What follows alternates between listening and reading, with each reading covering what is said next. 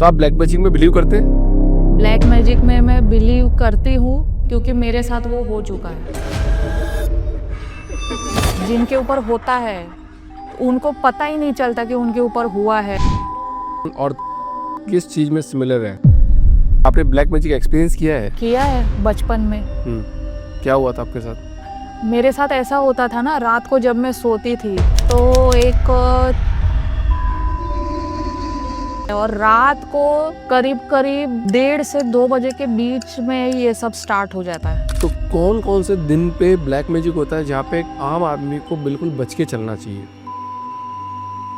उनकी गाड़ी का नंबर आप मार्क करना, गाड़ी का नंबर उनका होता है तो वो भी बहुत इम्पेक्ट करता है, क्योंकि गाड़ी भी हमारा वीनस का कारक होती है और वीनस क्या होता है, पैसा देता है, लग्जरीज देता है। तो मैरिड कपल के लिए वर्स्ट न्यूमरोलॉजी कॉम्बिनेशन कौन सा होता है? सर, मैरिड कपल के लिए सबसे वर्स्ट न्यूमरोलॉजी अगर मैं आपको कहूँ तो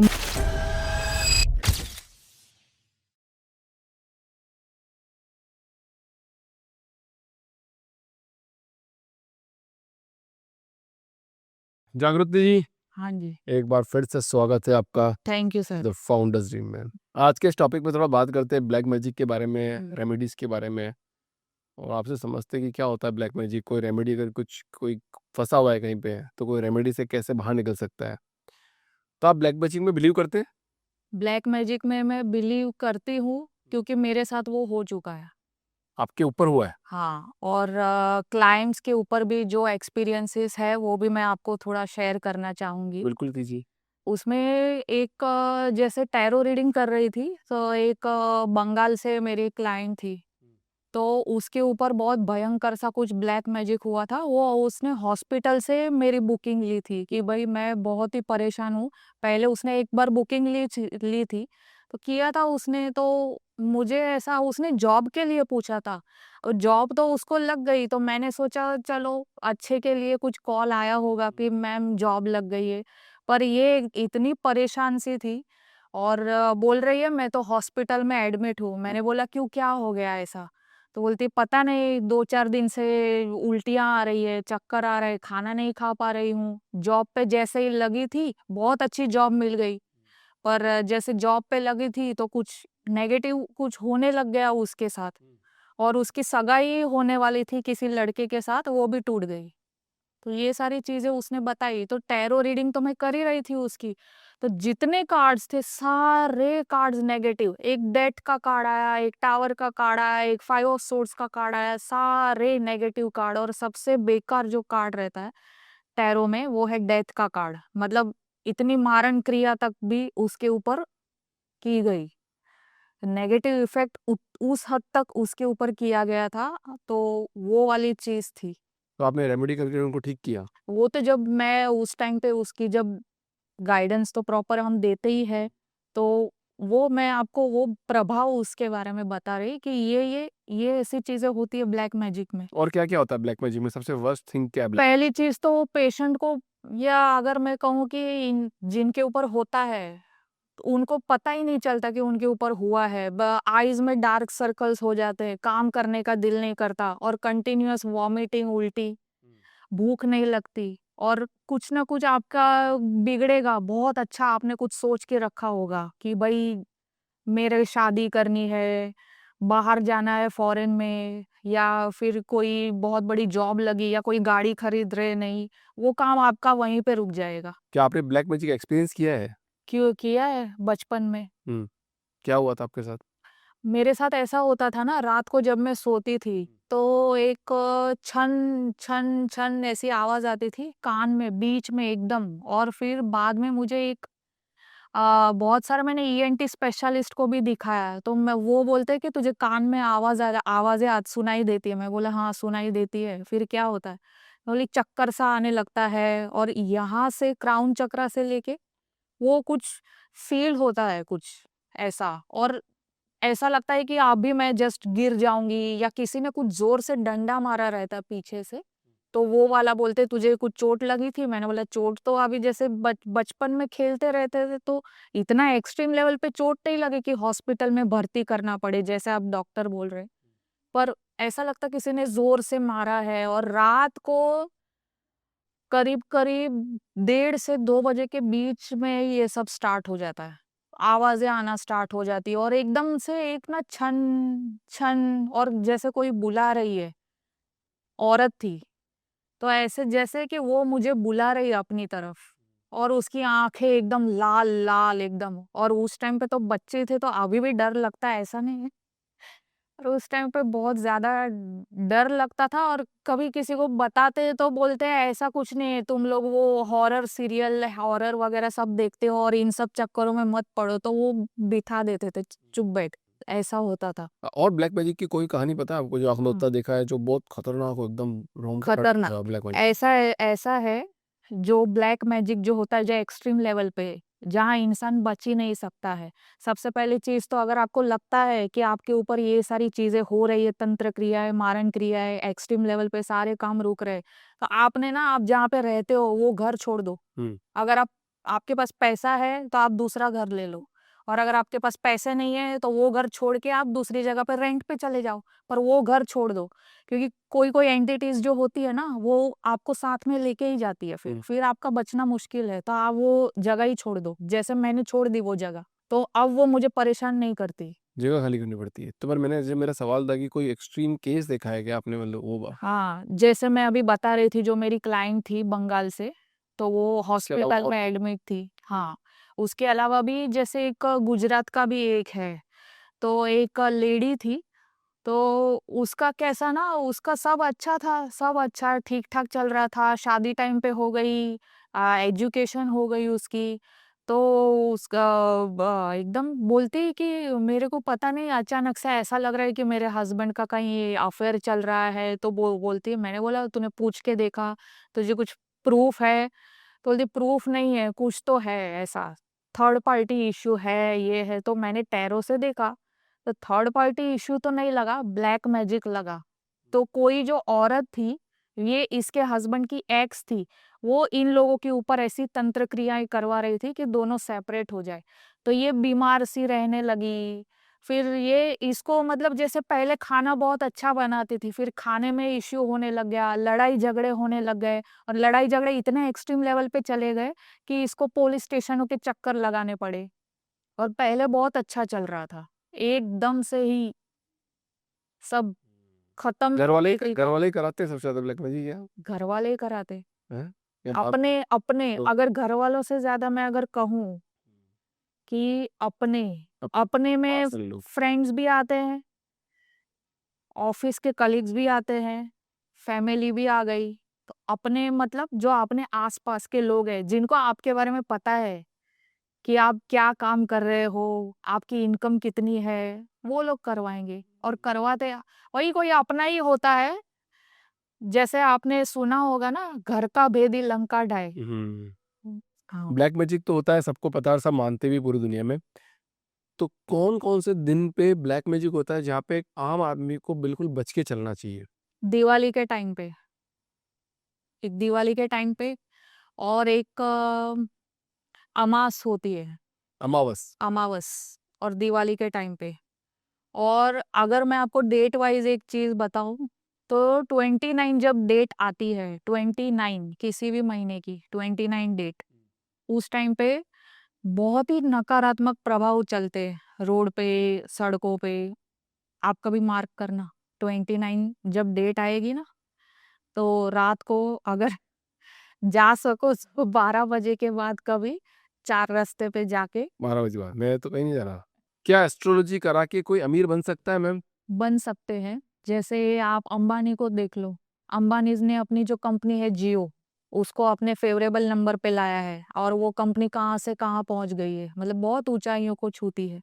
दूसरी चीज़ मैं आपको एक बताऊँ, उनकी गाड़ी का नंबर आप मार्क करना, गाड़ी का नंबर उनका होता है 555, तो वो भी बहुत इम्पैक्ट करता है क्योंकि गाड़ी भी हमारा वीनस का कारक होती है और वीनस क्या होता है, पैसा देता है, लग्ज़रीज़ देता है। दूसरा अगर मैं आपको बात करूँ तो एकता कपूर, वो अपनी हर सीरियल का नाम के से स्टार्ट करती है। दूसरी आपको मैं एक चीज़ बताऊँ तो जैसे शाहरुख खान की जो क्रिकेट टीम जो उसने परचेज़ की थी, उसमें पहले उसका ब्लैक यूनिफ़ॉर्म था, तो उसका डिप्रेशन में रहना, टीम जीतना नहीं, तो बहुत सारे उसने मतलब फाइनेंशियल लॉसेस भी देखे। अब जैसे उसने पर्पल कलर करवा लिया, तो आप देखो तो केकेआर ने कप भी जीता है अभी पिछले दिनों। दूसरी चीज़ अगर मैं आपको बताऊँ तो शाहरुख खान की कार का नंबर भी 555 पे आता है। और बहुत सारे बड़े-बड़े बिज़नेसमैन हैं, टाटा, बिरला, उनका जो गाड़ी का नंबर है वो टोटल 1 पे आता है। और यहाँ तक कि नंबर ही नहीं, कलर्स भी, उनके कार के कलर्स भी आप देखो तो ग्रीन, ब्लू ऐसे। अच्छा, मैरिड कपल के लिए वर्स्ट न्यूमरोलॉजी कॉम्बिनेशन कौन-सा होता है? सर मैरिड कपल के लिए सबसे वर्स्ट न्यूमरोलॉजी अगर मैं आपको कहूँ, तो मूलांक 1 यानी कि जिसका डेट ऑफ बर्थ 1, 10, 19 और 28 और मूलांक 8, 8, 17, 26 सामने वाली का? सामने वाले का 1 नंबर 8 नंबर, ये दोनों एक दूसरे की जान के प्यासे, टिपिकल दुश्मन। मतलब अगर इन दोनों को गन दे दिया जाए, वहीं पे दोनों एक दूसरे को खत्म कर देंगे।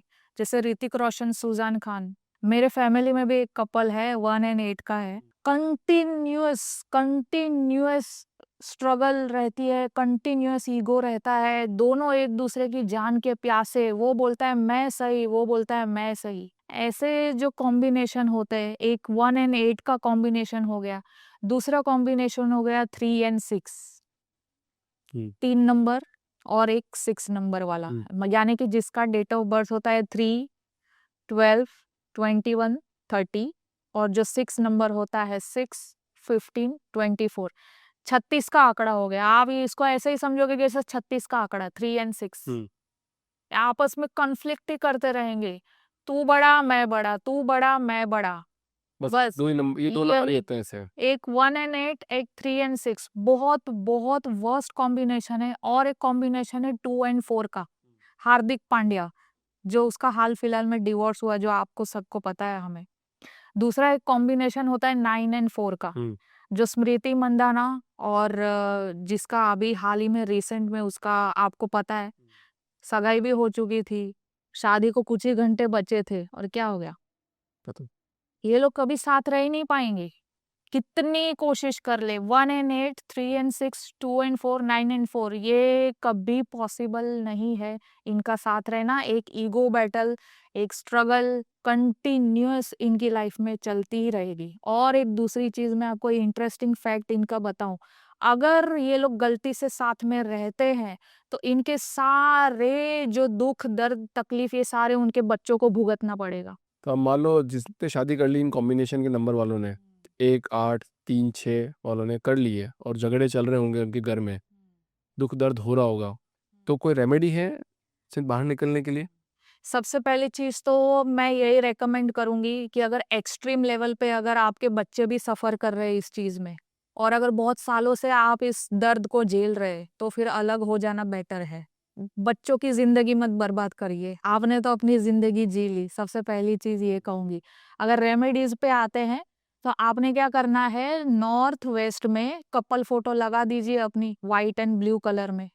और दूसरा है कि आप ये देखिए कि साउथ वेस्ट में आपके किसी पितृ की तस्वीर लगी हो, कि उनके आशीर्वाद आपको बने रहे। एक दोस्त ही दोस्त का दुश्मन होता है, है? सबसे खतरनाक चीज़। दोस्त दोस्त का दुश्मन। हुँ। एक दोस्त ही दोस्त का दुश्मन होता है, अच्छा। क्योंकि पहले तो जब वो बहुत बात करते हैं, तो बहुत साथ रहते हैं, पर जिस दिन उनके बीच में ईगो आता है, तो वो ऐसे अलग होते हैं कि जैसे एक-दूसरे को जानते तक नहीं, और अगर सामने आ जाओ तो एक-दूसरे को वाले खून भी कर दें। तो एक दोस्त ही दोस्त का दुश्मन होता है। तो सही दोस्त कैसे चुनें? अगर न्यूमरोलॉजी के कॉम्बिनेशन से अगर दोस्त चुनें, तो दोस्त दोस्त का दुश्मन नहीं बन पाएगा?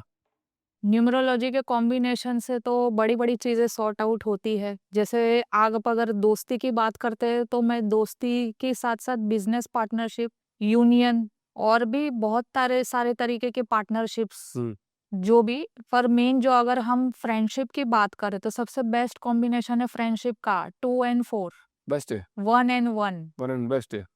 2 एंड 9। हुँ, हालांकि ये कॉम्बिनेशन जो है ये मैरिड कपल के लिए अच्छा नहीं है, पर फ्रेंड्स तो एक दूसरे के लिए जान दे सकते हैं। कौन-सा कॉम्बिनेशन है? 2 एंड 4, 2 एंड 4? एक चंद्रमा का नंबर हो गया, एक राहु का नंबर हो गया। ये चंद्रमा होता है उसको थोड़ा मायूस रहता है, अंदर चीज़ों को दबा के रखना, इंट्रोवर्ट होता है, 4 नंबर होता है, मुँहफट होता है। तो दोनों मिल गए तो तबाही तबाही, मतलब अच्छे वे में। दोनों एक दूसरे को ग्रो कर सकते हैं साथ में।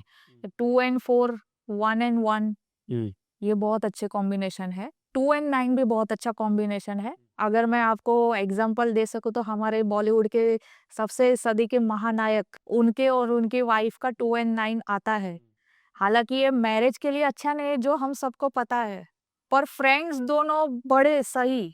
आप अगर उनको किसी इंटरव्यू में, या आपने उनका शो आता है एक चैनल पे, पैसों को जीतने का, तो अगर वहाँ पे आप अगर उनको देखोगे, कभी बड़ी-बड़ी शादियों में जाते हैं, साथ में फ़ोटो खिंचवाते हैं, आप बोलेंगे, "अरे! इन दोनों में तो कोई प्रॉब्लम नहीं है, बड़े हैं।" क्यों? क्योंकि फ्रेंड्स अच्छे हैं ना। फ्रेंड्स अच्छे, चीज़ें शेयर करते हैं। हम फ्रेंड्स के साथ क्या करते हैं? चीज़ें शेयर करते हैं, भई तू मेरा ये जिगरी दोस्त है, अच्छे हम साथ में घूमेंगे-फिरेंगे, बस घूमना-फिरना। पर जहाँ फिर ये कॉम्बिनेशन शादी के लिए सही नहीं, सिर्फ़ फ्रेंडशिप तक। इन लोगों ने क्या किया, शादी हो गई तो फिर थोड़ा गड़बड़ हो जाता है। अच्छा, कुबेर जी और फेंग शुई, लाफिंग बुद्धा में क्या डिफरेंस है? कुबेर जी जो है, ये जैसे हम हिंदू, हम इनको एक देवी-देवता के रूप में, मतलब जैसे कुबेर जी को कोई-कोई लोग देवता भी मानते हैं, कोई-कोई लोग देवता नहीं भी मानते। पर ये है कि कुबेर जी को मानते हैं कि वो बहुत, बहुत अथाह धन देने वाले हैं। और जो फेंग शुई, जो लाफिंग बुद्धा होता है, उनको कहा जाता है कि ये सुख समृद्धि का प्रतीक है। हालाँकि ऐसा है, कोई-कोई लोग बोलते हैं कि आप फेंग शुई रखेंगे अपने घर में, ये लाफिंग बुद्धा रखेंगे, तो जैसे उनका, आपने देखा होगा, उनके जो मूर्ति रहती है, वो हँसती हुई रहती है। तो मैं ये कहूँगी कि जो लाफिंग बुद्धा है, वो अगर आप घर में ना रखें, और अगर उनकी जगह पे आपको अगर सच में सुख समृद्धि चाहिए, अगर लाफिंग बुद्धा को ना रख के आप कुबेर जी की छोटी कोई मूर्ति रखते हैं, तो वो आपको ज़्यादा बेनिफिट देती है। हालाँकि मैं फेंग शुई में किसी भी चीज़ को मैं अवॉइड या करना, या ऐसा कुछ मैं वो नहीं कर रही कि आपने नहीं रखना चाहिए, सबकी अपनी-अपनी चॉइस है। पर अगर आपको रखना ही है सुख समृद्धि के लिए, तो फेंग शुई का लाफिंग बुद्धा नहीं रखिए, आप कुबेर जी का रखिए। अरे, सबसे लकी कौन से मंथ के लोग होते हैं? सर, वैसे हमें ईश्वर ने देन दी है 12 महीनों की, जनवरी से लेके दिसंबर। तो वर्स्ट अगर मैं देखा जाए तो जैसे जो सब नीचे के तबके में आते हैं, मतलब जैसे बहुत चुनौतियों से भरे हुए रहते हैं। अगर मैं ज़्यादा उसका नाम लूँ, तो ये है कि अगर जिनको फाइनेंशियल क्राइसिस और एक जुडिशियल कुछ सामना करना पड़ता है, तो सितंबर, अक्टूबर वाले एक आते हैं, एक अप्रैल वाले आते हैं। अब मैं आपको एक चीज़ इंटरेस्टिंग ये बता रही हूँ कि जो सबसे बेस्ट महीना होता है, हालाँकि ये एंडिंग पे आता है, पर ending is always a new beginning. Right. December month, जिन लोगों का जन्म दिसंबर मंथ में है, दे आर वेरी फॉर्च्यूनेट। और ये इतने फॉर्च्यूनेट होते हैं कि मतलब ये रंक से राजा तक का सफ़र तय करते हैं। मतलब they are December born can be millionaire, billionaire, trillionaire.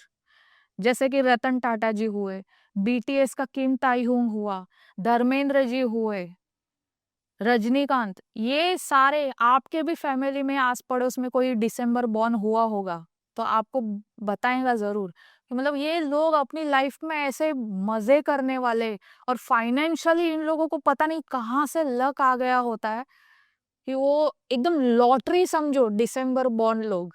थोड़ा आजकल एस्ट्रोलॉजी इतनी चल रही, फिर भी सब लोग एस्ट्रोलॉजी को फ्रॉड मानते हैं।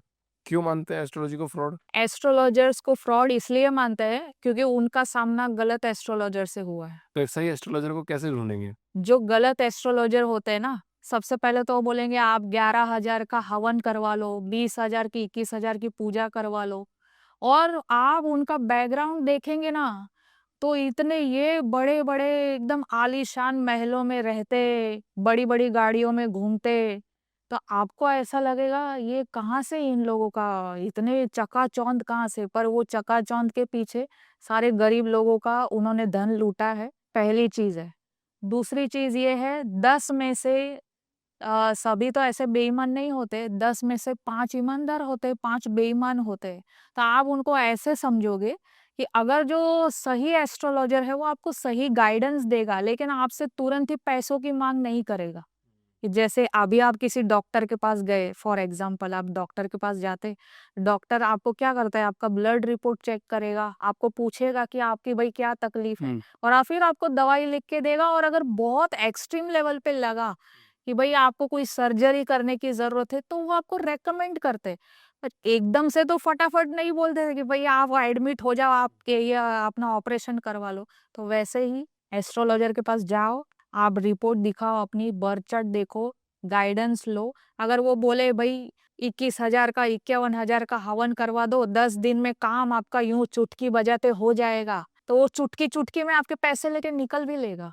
अच्छा, बिग बॉस की बात अपन कर रहे थे, तो सलमान खान और तानिया मित्तल किस चीज में सिमिलर है? सलमान खान और तानिया मित्तल कंट्रोवर्सी में सिमिलर है। कंट्रोवर्सी इनका पीछा छोड़ती ही नहीं और छोड़ेगी भी नहीं।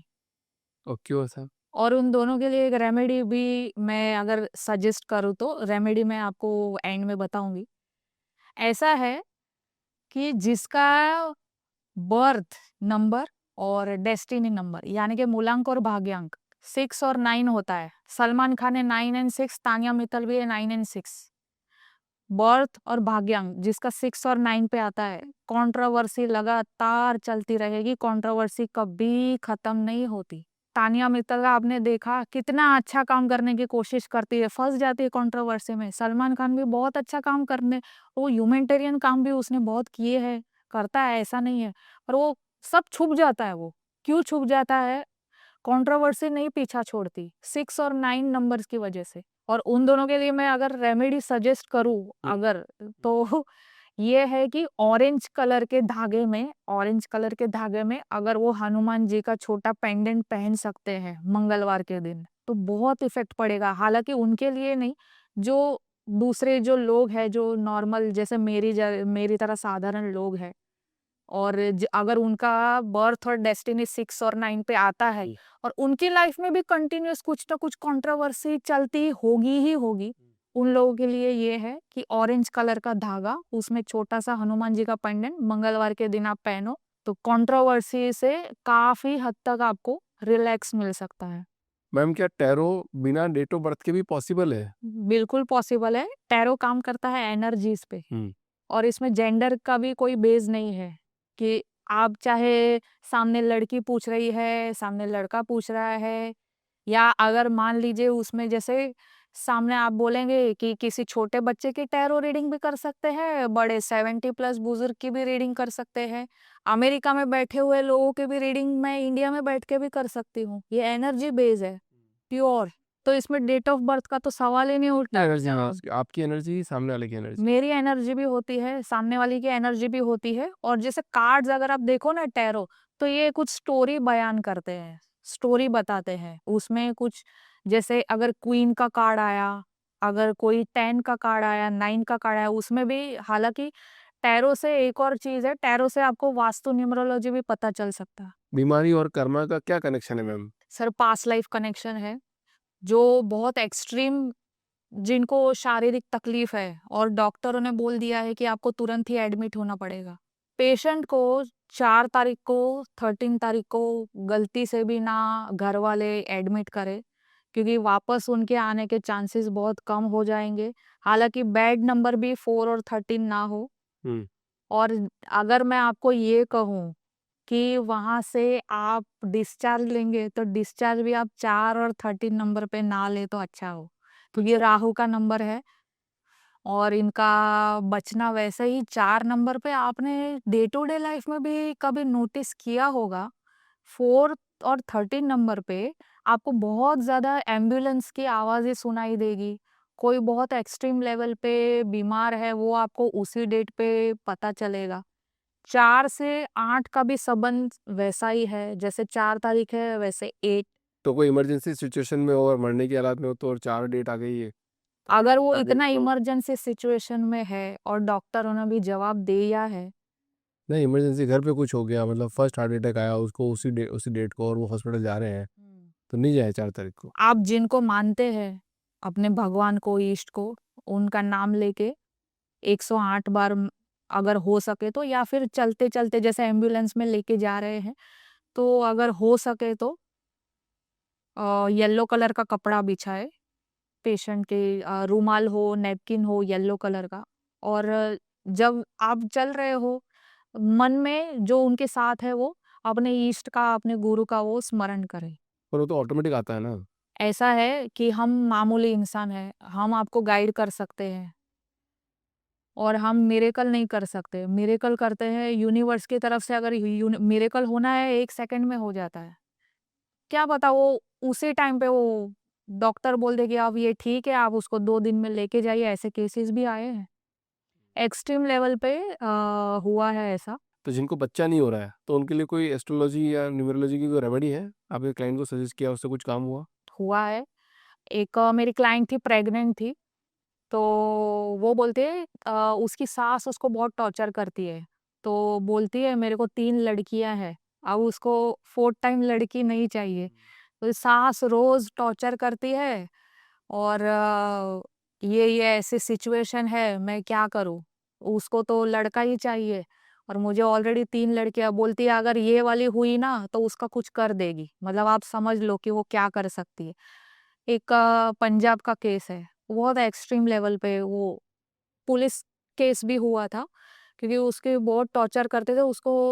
वहाँ के अभी भी हमारे देश में कुछ ऐसी जगहों पे ऐसा है कि भाई लड़का ही चाहिए। तो वो उसमें से एक का एग्जाम्पल वो है कि उसको वही पीछे ही पड़ी थी कि अगर ये हुई चौथी लड़की तो फिर तू देख। तो बोलती क्या करूँ? मैंने बोला सबसे पहले तो तू एक तो वो अपना नाम स्मरण, वो गुरुद्वारे में, पंजाब में सिख है। गुरुद्वारे में, तो मैं बोला गुरुद्वारे में अगर जा सकती है, अगर तबीयत अच्छी है, तो अपने हस्बैंड के साथ वहाँ संडे टू संडे जाया कर, गुरुद्वारे में सेवा किया कर जितना हो सकता है। एक ये रेमेडी है, आप गुरुद्वारा में संडे के संडे जाके सेवा करेंगे, तो भी आपकी लाइफ में बहुत सब अच्छा-अच्छा होने लगेगा, सारी तकलीफ़ें धीरे-धीरे कम होने लगेगी, दुश्मन भी आपके चले जाएँगे। एक ये गुरुद्वारे में आप जा सकते हो संडे टू संडे, ये सबके लिए है। तो एक तो मैंने उसको वो बताया है कि अब तू भई वहाँ चली जा संडे टू संडे, गुरुद्वारे में जाके सेवा कर ले, जितनी हो सके। और दूसरी चीज़, अपने मोबाइल के वॉलपेपर पे कृष्ण भगवान का, मैंने बोला तू मंदिर भी जाती है? तो क्या सिर्फ गुरुद्वारा भी जाते? तो बोलती है नहीं, मैं भगवान को भी उतना ही मानती हूँ, गणपति बापा को मानती हूँ। तो मैंने बोला ठीक है। एक तो वो गुरुद्वारे में जाके सेवा कर ली और वॉलपेपर पे श्री कृष्ण भगवान की माखन खाती हुई तस्वीर लगा दे, मैनिफेस्ट करे। ये है, वो होता है सन का कारक होता है कि जैसे अगर आपको, जैसे मान लीजिए सूर्य वीक है, आपके बर्थ चार्ट में सूर्य वीक होने का मतलब क्या होता है कि फादर का नहीं होना, या फादर होते हुए भी फादर का उतना सपोर्ट नहीं मिलना, तो उससे में सूर्य वीक हो जाता है। तो पहले तो आप ये कर सकते हैं कि या तो आप अपने पापा के साथ रिलेशन अच्छे बनाइए, तो सूर्य अपने आप ठीक हो जाएगा। अगर वो पॉसिबल नहीं है, आज की डेट में तो मुझे नहीं लगता जेन ज़ी के टाइम पे ये सारी चीज़, हमारे मिलेनियल्स के टाइम पे भी ये सब चीज़ें पॉसिबल नहीं थी। फादर के साथ हम इतना कनेक्ट नहीं कर पाते थे। एक तो वो है कि कनेक्शन अच्छा हो, अच्छी बात है, या तो फिर फादर फिगर कोई बड़े भाई है, अंकल है, उनके साथ आप अपने रिलेशन अच्छे कर सकते हैं। और एक आप रिंगटोन लगा दो। रिंगटोन लगाने से लड़का हो जाएगा? रिंगटोन लगाने से आप सूर्य स्ट्रॉन्ग कर सकते हैं। लड़का हो जैसे एक लड़का तो हो गया ना, उसको श्री कृष्ण भगवान की रिंगटोन कौन सी लगाई? तस्वीर से रिंगटोन कौन सी लगाई? रिंगटोन लगाइए। मोर की लगा सकते हैं, जैसे पक्षी पक्षी जो गाना गाते हैं, एक पॉजिटिव वाइब्स उसमें से आती है, और भी बहुत सारे उसके सीक्रेट्स होते हैं। लॉजिक समझिए उसके पीछे का। कोई-कोई लोग हैं, वो बॉलीवुड के सॉन्ग्स लगाते हैं। तो आपने देखा होगा, आपके घर में अगर कोई मज़दूर वगैरह काम करने आते हैं, वो ईंट-पत्थर लगाते हैं। वो लोग कौन से रिंगटोन यूज़ करते हैं हमेशा? बॉलीवुड की और भोजपुरी गानों की। तो लॉजिक है ना, they just want to have fun. Prakriti ji, हाँ जी सर। बहुत-बहुत धन्यवाद थैंक यू सर। दोबारा पॉडकास्ट करने के। ज़रूर, ज़रूर। 3, 4, 5, 6 बार करें पॉडकास्ट।